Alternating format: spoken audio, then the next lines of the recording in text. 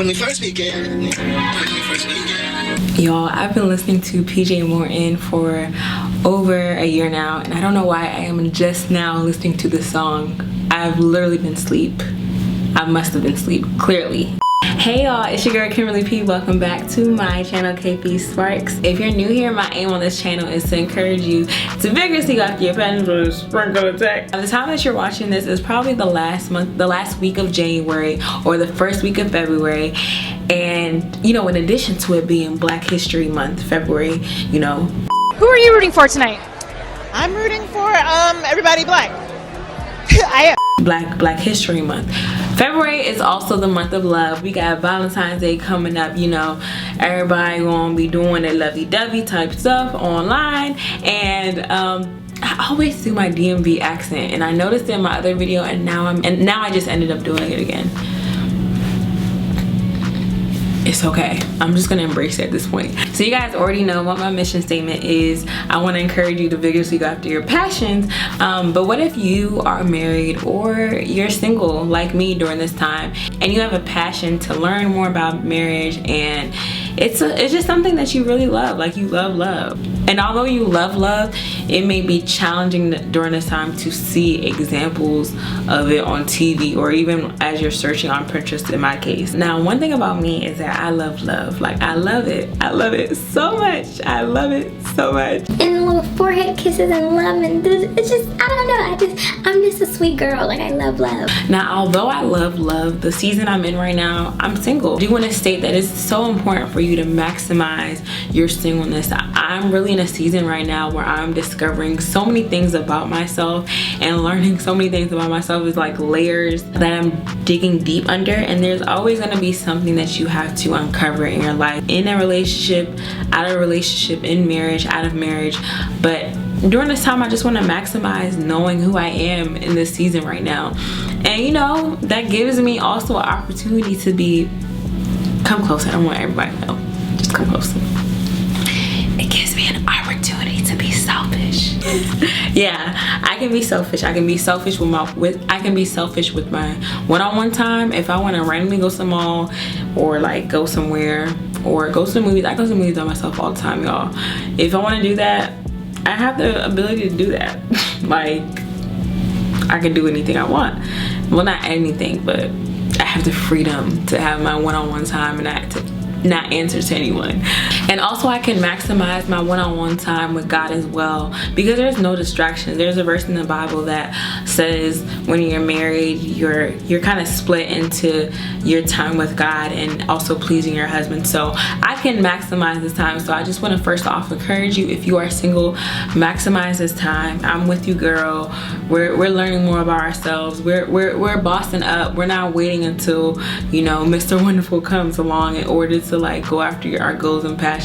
Maximize this time. Now, as I say, it's good to maximize this time. It's also good to have a vision of what it looks like to have a godly marriage, and to see examples of this, so that you can know what to pray for. And of course, you're not looking for perfect examples. You're just looking for progressing examples, people that are open and transparent about their journeys, and their heart is to please their husband and please their wife. Period. Like that's what their heart is for. It's so good to have examples of that, to encourage you to see, like, if it has rained on that person's house, oh, my blessing is not far away, boo boo. Okay, like, it don't rain on one man's house. Literally, like, if it rains outside, it's not going to be one drop on one house and then the other house is dry. That example holds weight in so many aspects. So I wanted to focus mainly on Black love in this video, not to discredit love. I love love of all colors and all the shades of melanin, or lack of, I don't know, but I love love, period. But I wanted to focus on Black love because I did see a lack of it when I searched on Pinterest. So I did get a response on Instagram that had me shook. Like, I was so shook. So when I asked this question on Instagram,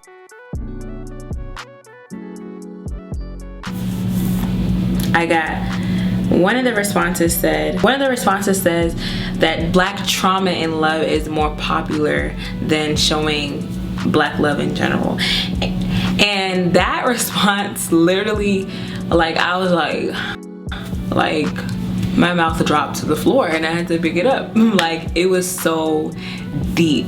Anytime I think of Black trauma happening in the case of love, I just think of Tyler Perry movies. Like if you think of Tyler Perry movies, like I love Tyler Perry, but like, you know, Diary of a Mad Black Woman, the name of it, and then also just the example of a woman having to go through a lot in order to stay in their relationship, or in the end having to seek revenge on their husband or significant other. Why did I get married? Another example of that.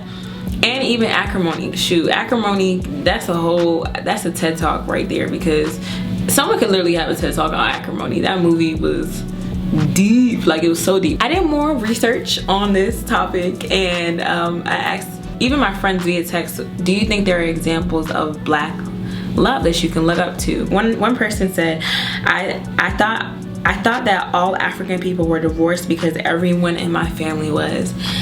And whew, that just shows another example of what you see and what you continue to see as examples in front of you turn into somewhat what you start to believe as what will be a reality, or what's the only thing that can be possible for you, because of you not seeing good examples of people progressing in their relationship. I've had cases in my family as well where I saw relationships that I was discouraged in. Like, is this a self-fulfilling prophecy? Like, is this gonna happen to everyone in my family? Is this just not possible in my family to have this type of relationship that I'm desiring for? I've had that idea go through my mind as well.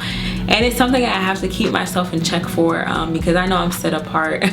Like, yeah, I'm set apart. I watched some podcasts actually, and I was watching The Love Hour. The Love Hour is a podcast hosted by Mrs. Kev on Stage and co-hosted by the Kev on Stage. And they were talking about being children of divorce. And one thing that was so heavy was when Melissa, which is Miss Kev on Stage, she covered her parents' divorce.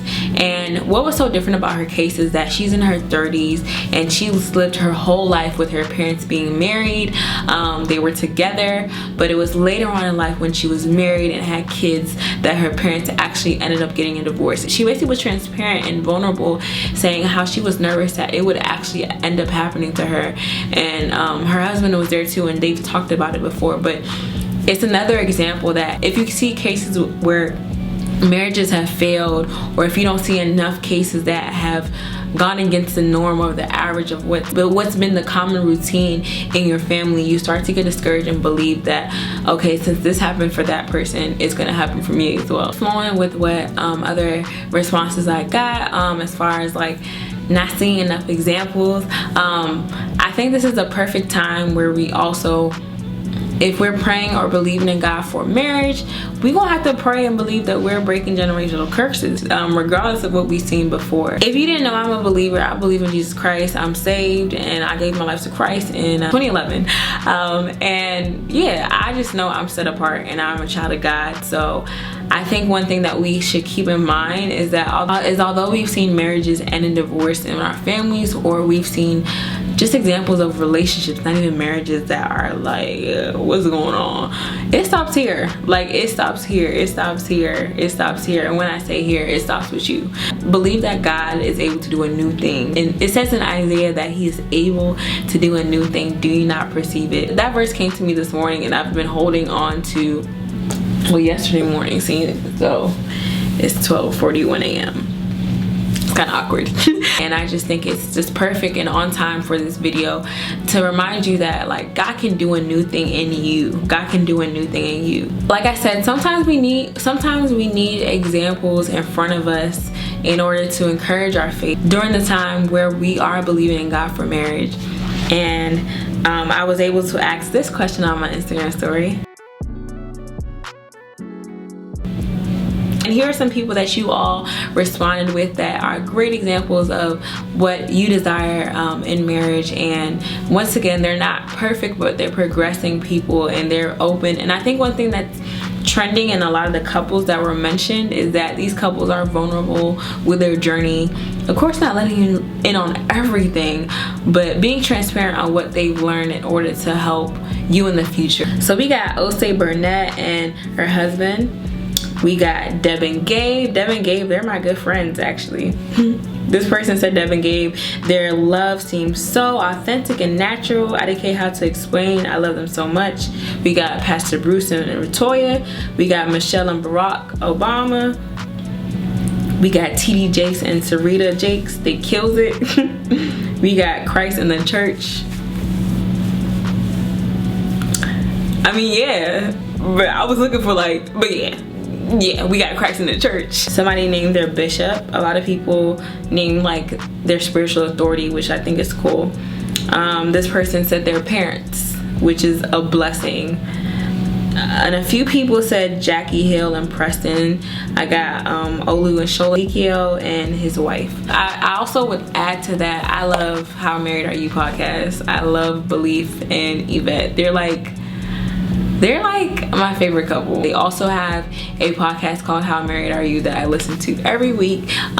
So yeah, I also appreciate you guys for being so transparent in everything. You guys are so transparent. Plus they're goofy and I just love it. I just love watching their content. Okay, y'all, so that's the video for today. I hope you enjoyed it. So if you have any other responses as far as like couples that you look up to that are good examples, or even your thoughts on maximizing your singleness, or just anything in general, if you just want to talk to me, you can just talk to me in the comments. That's fine with me.